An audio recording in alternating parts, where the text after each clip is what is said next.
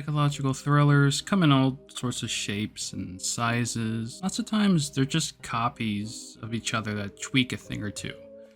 Manhole by Tetsuya Tsutsui is one such example. There are themes and scenes that we've all seen before, yet it does feel original. Even Tetsuya admits this much. The biohazard thriller isn't a new genre, but I tried my best to make a story that is unique, and I'd say he did, though it is dull at times. But in 2004, this wasn't commonplace when it was originally released in Japan as part of the Square Enix Young Gangan magazine series. With the recent 28 years later movie, it makes me think of something like that. We have this outbreak that is technically an infection and not a zombie outbreak, thus making it more plausible than, say, the dead coming straight back to life. You have Clockwork Orange influence sprinkled in, the dilemma of free will versus forced thinking to better benefit society.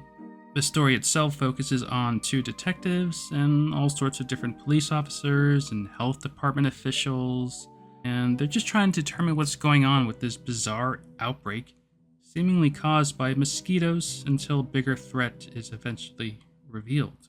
Why is this outbreak happening? That's part of the mystery. This manga really goes into detail about the science of all this.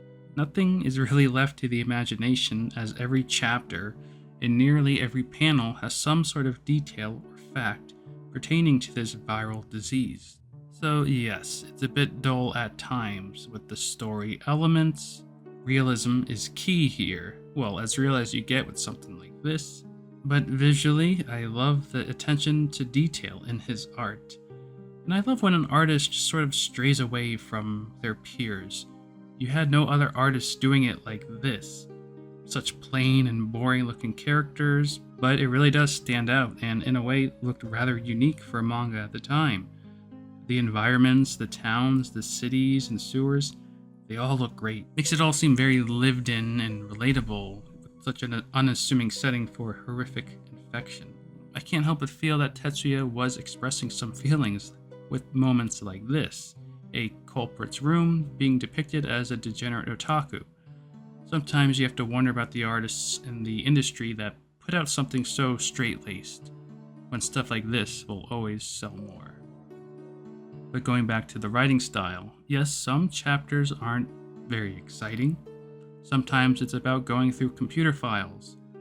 That's the world building and character development for you, which is a good thing. But for a 3-volume manga, perhaps too much is spent on so little. Now, is it a horror? Yes, certainly it is. Is it scary? No. I don't think you'd get much out of Manhole in terms of scares. Then again, it does depend. Does the idea of living organisms invading your body and taking over your eye and brain scare you? Then sure, it can be scary. The fear of a deadly disease. Otherwise, treat it like a good 90s thriller, a detective duo trying to uncover a deadly disease and the mysterious figure behind it all. Throw in some gruesome imagery here and there, and that's Manhole. Nothing more, nothing less. I'll be honest, I usually check out the cover to something that I'm not familiar with and go in blind from there. And judging by these covers, I assumed it would be something more like PTSD Radio, a story far more bizarre and horrific, but what I read instead was tamer than I expected. That's not a bad thing, especially with manga. I'm just not used to that.